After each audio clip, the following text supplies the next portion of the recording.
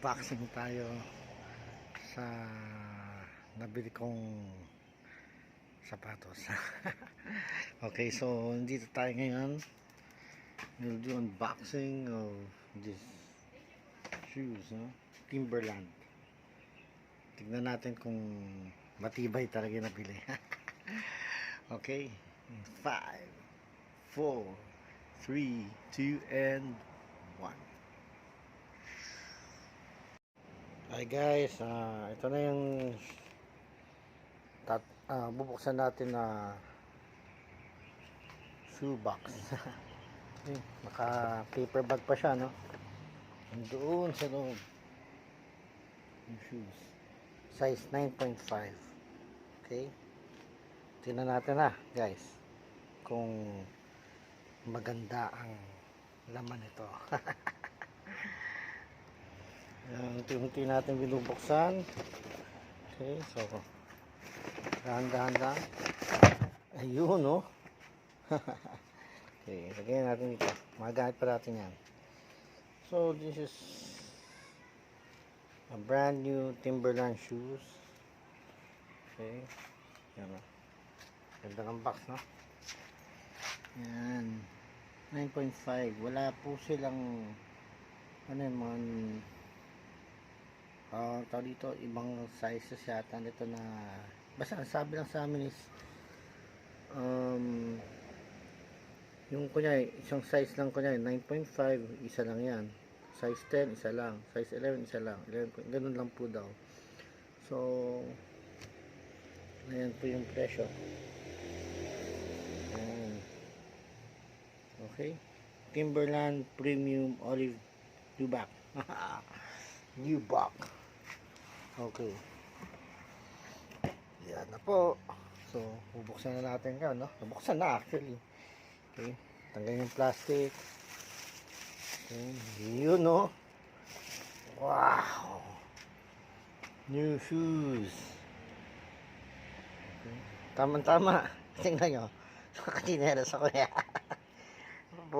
Magsasapatos na tayo. Okay, wait lang.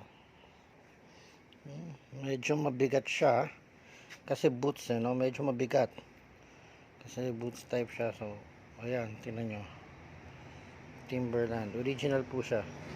Nakakaasar minsan kasi may iba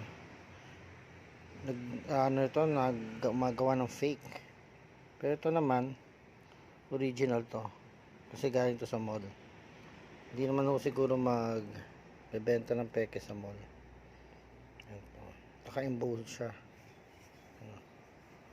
Okay, so hindi ko alam kung babagay dito sa pants ko. Natin isa kung matibay rin. Baka may damage, babalik ko. May damage, hindi ko kasi masyadong tinignan eh. Ganyan talaga yung balat nya.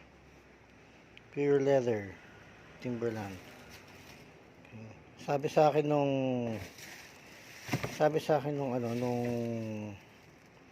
salesman, pag natuklap daw to, nung natanggal to dito sa pagkadikit or pagkatahi, babalik daw nila for free na yung pagpapaayos.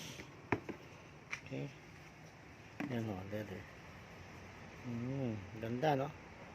Guaranteed waterproof. Sa ibang bansa kasi ginagamit nila ito pang trabaho lang eh. Pambukid, pang trabaho sa mga factory.